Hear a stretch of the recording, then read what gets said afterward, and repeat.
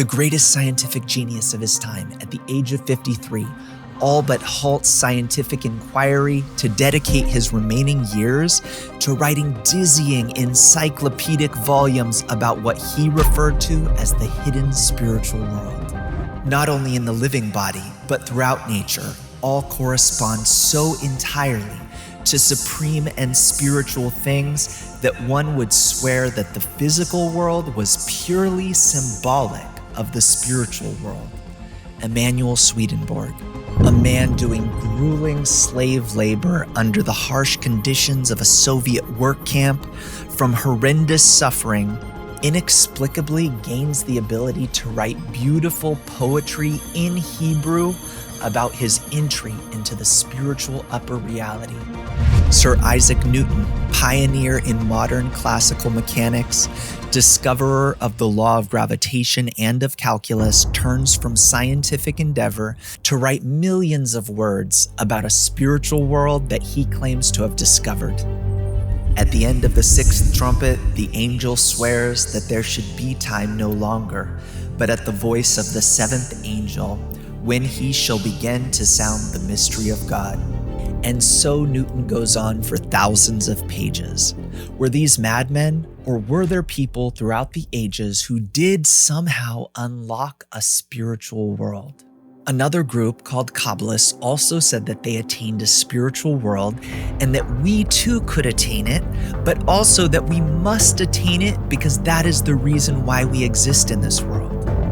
What opened to me that minute is impossible to transfer into words. It was an impact. It is something you would not imagine about spirituality. It is as though you did not dream of this spirituality, about the opening of this new quality in yourselves, spiritual vision. You don't realize at all how far you are from the truth. This sensation feels like an earthquake is erupting under my feet. This intoxication given from knowledge of absolute beauty and perfection. No, all these words cannot describe it. This is what 16th century Kabbalist Chaim Vital wrote about crossing the barrier into the spiritual world. But is this just some fleeting sensation that a handful of people are somehow lucky enough to experience, or can it be a permanent revelation? That man from the Gulag years later was asked about his experiences, and he could barely remember anything. He could no longer write in beautiful Hebrew poetry. So how could it be such a profound experience, like an earthquake erupting under my feet, disappears from one's sensation without a trace?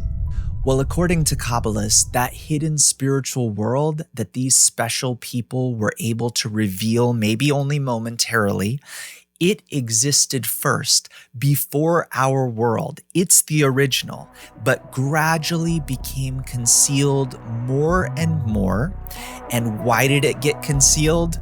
Because our desire grew.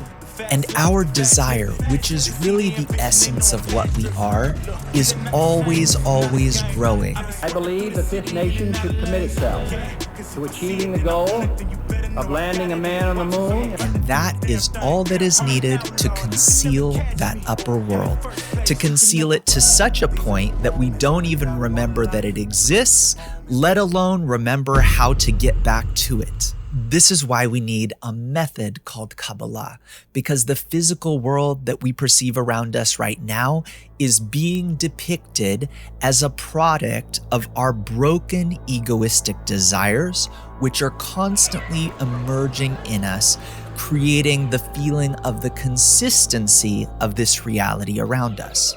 And there's two ways that we can rise above our broken, selfish, egoistic desires and come out into that upper world where we exist not in these desires of my own, but in the desires of others that exist beyond my skin.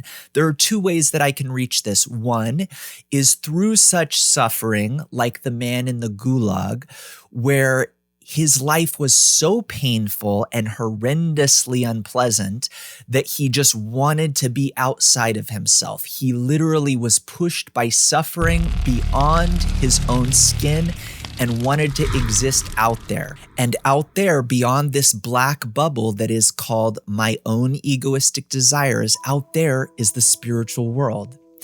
The problem with reaching it this way is that, first of all, it's very unpleasant. And second of all, usually my ego is such that the moment I get outside of myself, I start feeling a little bit better, and then I go back into my egoistic ways again.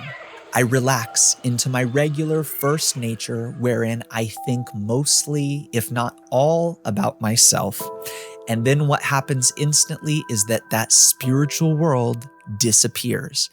First, the sensation of it. And we feel this sensation really in 5 senses, just like we're feeling our world now. But it disappears. Then disappears the memory that there ever was such a thing, until I'm just existing like any animal in this world that knows nothing of any other reality. This was the fate of that gulag worker, that once he escaped imprisonment in the gulag, he no longer had those evil guards that pressured him and whipped him and pushed him to want to escape this body that was suffering so much. And so he no longer needed to come out of his self to rise above his body. And thus he went back inside of his own desires, in which he could no longer feel the spiritual world. Now, there's an alternative route to coming out of yourself than feeling horrendous sufferings. And that's where, in my environment, I create stimuli that make me want to do so, make me want to exist beyond my skin in the desires of others. Why? Because there is something exalted, something worth chasing. The meaning of life, the purpose of existence, the spiritual world, it's great. And for this, I need an environment of things or people that will constantly impress me with the importance of the spiritual reality, the importance of reaching equivalence with this upper reality that's called the Creator. At first, it can be done almost accidentally, like the people that I've discussed so far. Afterwards, my desire grows because my egoistic desire is always growing and growing more and more.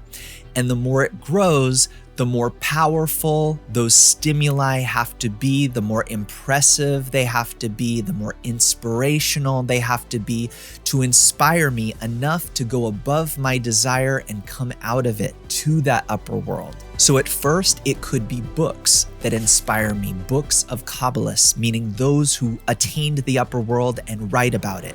Afterwards, maybe I need recordings, audiobooks where I get a more powerful impression. But eventually, a person's desire grows to such an extent that no books, no audiobooks, no recorded lessons, nothing will work except the thing that works most powerfully on people, which is other people.